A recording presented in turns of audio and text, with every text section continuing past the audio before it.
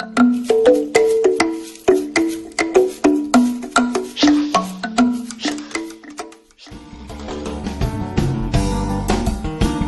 than 5 months ago, Radisson Blue Mammy Yoko Hotel had its soft opening launch in Aberdeen, Freetown.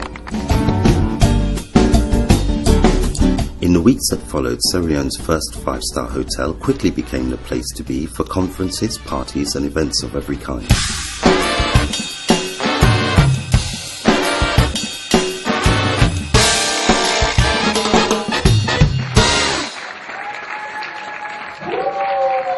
Now, amidst an unprecedented health crisis in parts of the West African region, the economic impact of the Ebola outbreak is really beginning to take effect.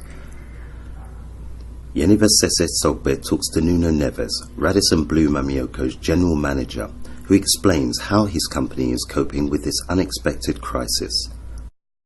This is my family, Celia, Alexander, Pedro. I brought him here to spend with me and to face this challenging times in Freetown, and I'm sure that together with my family and our friends and the colleagues and the employees, the company, the shareholders, that we will win this battle. Mr. Neves, thank you so much for taking the time out to speak with Brand Sierra Leone. We appreciate you. What's your personal opinion about the difficult situation that Sierra Leone is facing right now? Well, thank you, Jennifer, to have this moment with me. And as manager of the Radisson Blue Mammy Yoko Hotel, I'm very glad to be here, very concerned about the situation, and I can only say that despite we have opened last April, and we are a very short operation since we opened until this crisis came on, I can say that I have the situation under control. I have taken the required measures in order to keep the hotel open. We will not close.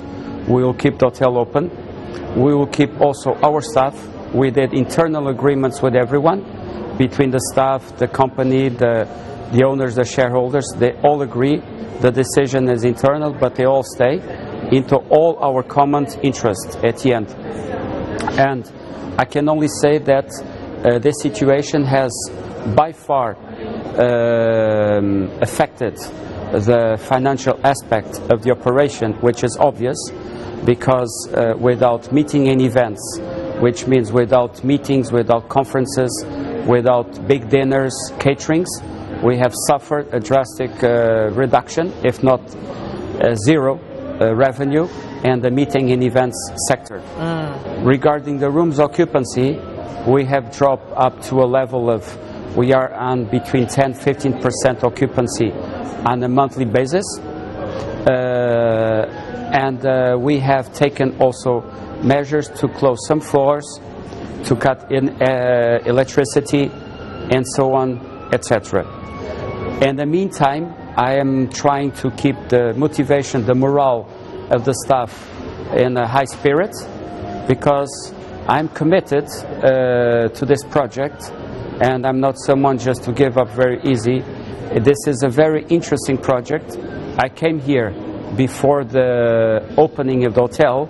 I started here June 2013, and as such, I feel in the bottom of my heart something really good for this place, for the city and for the country. Finally, we opened last April, and here we are on the operation.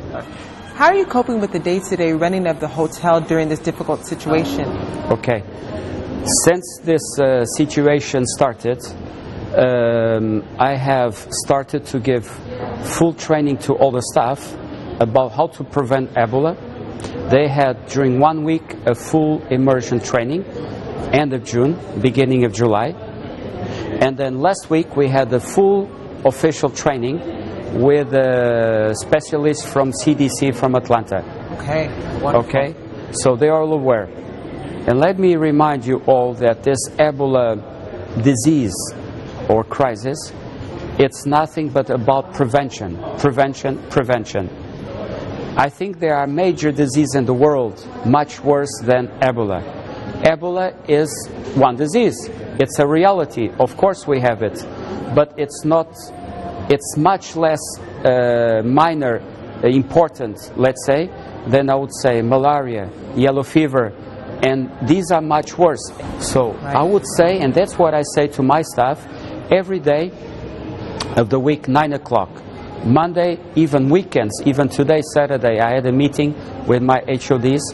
I just tell them that the most incredible enemy of this situation is fear, it's untrust, and the non-commitment. Therefore, I do not have fear of the situation.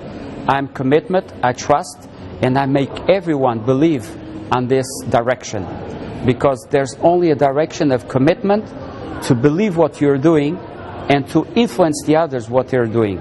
Okay, what's your view for the future? This crisis came in a very good moment where Sierra Leone was developing very well on the social economical aspect very well, due to the work of Excellency, the President Koroma is be doing an excellent job in the development side, but this Ebola crisis came to a standby phase in all the projects. So I think that once the Ebola is neutral, nothing happens, we will encounter in some weeks, a few months of neutral time, until everything slowly develops and goes. We need, first of all, we need to call the attention of the international tourism agents. I will call tourism agents, and I refer directly to the airlines, that they should not and they cannot cancel the flights to the country. It's a big mistake. I don't want to mention the names, but at the moment we only have 3 major airlines flying to and from Freetown, which I appreciate that they should not cancel, and the others who cancel, they should reactivate as soon as possible their flights to Freetown. It makes a big effort. That would be step 1, that the international market would be aware, you can go to Freetown, you can go to Sierra Leone. And then I'm aware as well that many companies have closed their doors, or they have decreased the sense of business, lowered the level of production. And I think that this will take some time in order to leave the normal levels of production, of doing business, and so on. And unfortunately, it's not 1 day, 1 week. I believe that if everything goes as the President is announcing, and as the international market organizations are predicting, I believe that by the beginning of the dry season, hopefully, which is end of November, beginning of December, things will get the curve of upwards. I hope so. For the good of the country, my company, the hotel, but for the good of the whole Salone people. Mr. Neves, thank you once again for taking the time out to speak to Brand Sierra Leone. We will definitely take your message to our audience. And thanks again to the Radisson Blu team. I would like to thank my staff.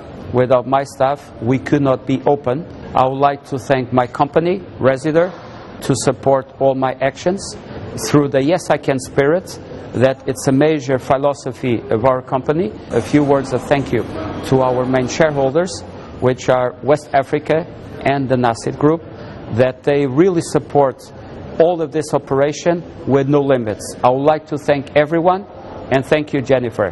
Thank you. God bless Sierra Leone. Thank you. Sweet Sierra Leone.